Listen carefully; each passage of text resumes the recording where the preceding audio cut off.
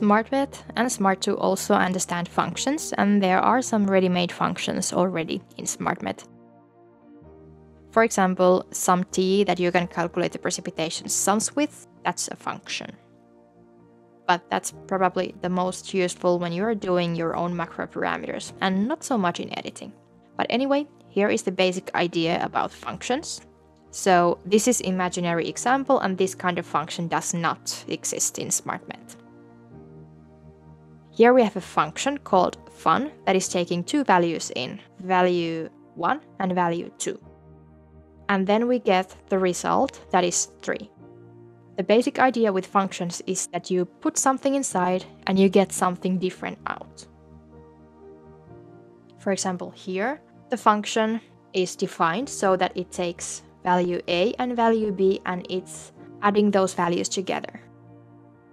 This is something you need to know in order for you to use this kind of function. So here I know that this function is about adding those values together. It's just giving me the value of 3 because it's the result when you are calculating 1 plus 2. In Smart2 language, there is one function that is above all when it comes to editing. It's also a little bit tricky to understand, but I think together we can do it. It's called a ramp function. Ramp function is doing gradual changes. So that's the whole point. Ramp function is getting a value from 0 to 1. And we have two options. We have ramp up and ramp down. Ramp up value is going from 0 to 1. And of course, ramp down is going from 1 to 0. And here we have an example. So if we write with Smart2 this kind of notation, RU, that stands for ramp up, and we give it the parameter, which is now total cloud cover from ECMWF model. And then we give two limits. Here we have 30 and 80, meaning that we are going to do ramping, so gradual change between 30 and 80. And with the ramp up function, when we are above the higher limit, the function is getting a value of 1.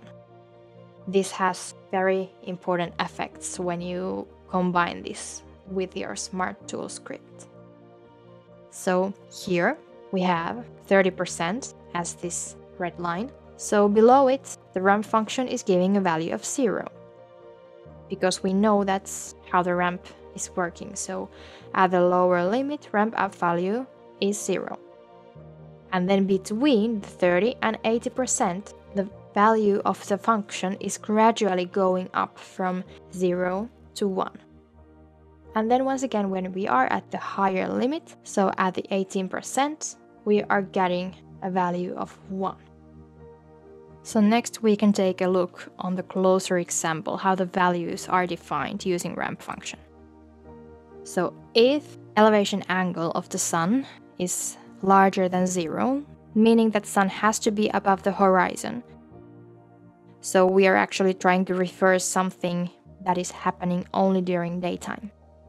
And if the sun is above the horizon, we want the temperature from ECMWF model plus 3 times the ramp function value. And now it matters what value the ramp function itself is getting.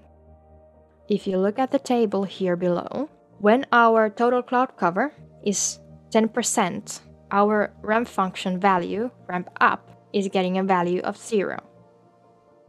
So if we multiply 3 times 0, we get a value of 0. So it's just T underscore EC, so ECMWF temperature plus 0, which is the same as TEC.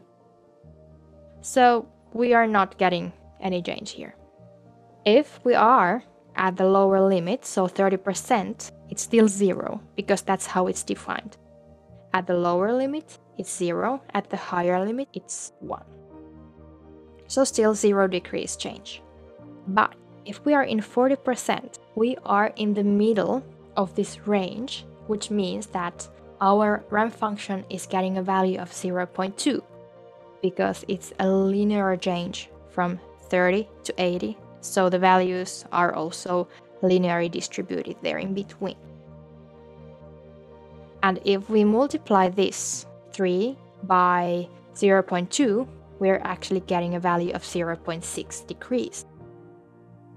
So we are adding 0.6 degrees to the value of ECMWF temperature.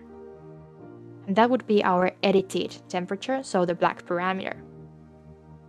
If we are exactly in the middle of this range, which is now in this case 55%, the ramp function value is of course getting a value of 50%, which is the same as 0.5. And in that case, we are multiplying 3 by 0.5, which is the same as 1.5 degrees. If we go straight to the upper limit, so 80%, the ramp function value ramp up is getting a value of 1. So in that case, we are just multiplying 3 by 1, which is the same as 3 degrees. So we are adding the most to the temperature when we are at the higher limit. So this kind of example would work when it's winter time, for example, and during the winter, especially at higher latitudes as in Finland, the more you have cloud, the warmer your temperatures are. And also when you're doing editing, you want your results to be very smooth, and this kind of ramp function helps you to make these changes gradual, so that it's not like very sharp move from one value to another. Of course, there is the ramp down function as well, and the abbreviation for that is RD, so ramp down. Otherwise, it's exactly the same thing, but now the value 1 is at the lower limit, and the value of 0 is at the higher limit. So you remember it from that. If it's ramped down, the value 1 is at the lowest value. So if we take a look on this exactly the same example, but with the ramp down function, it would look something like this. So with the 10%, now that we have the ramp down function, it's getting the highest value below and at the lowest limit. So we are making the biggest changes at the lowest limit. So here the ramp function is getting a value of 1, so it means that we are adding 3 degrees in that case when the total cloud cover is 30 or less.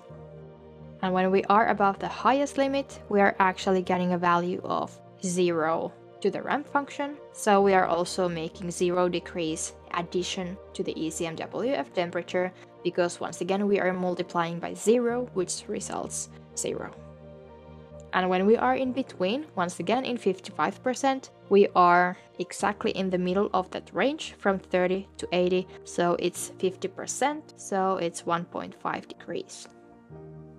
And this kind of example is, for example, during the summertime, when we don't have any clouds, and we know that models might have some errors with the highest temperatures, so we can increase those values using this kind of notation where we are referring to total cloud cover. So in the areas where we have the least of the clouds, we are having the biggest increase to the temperature.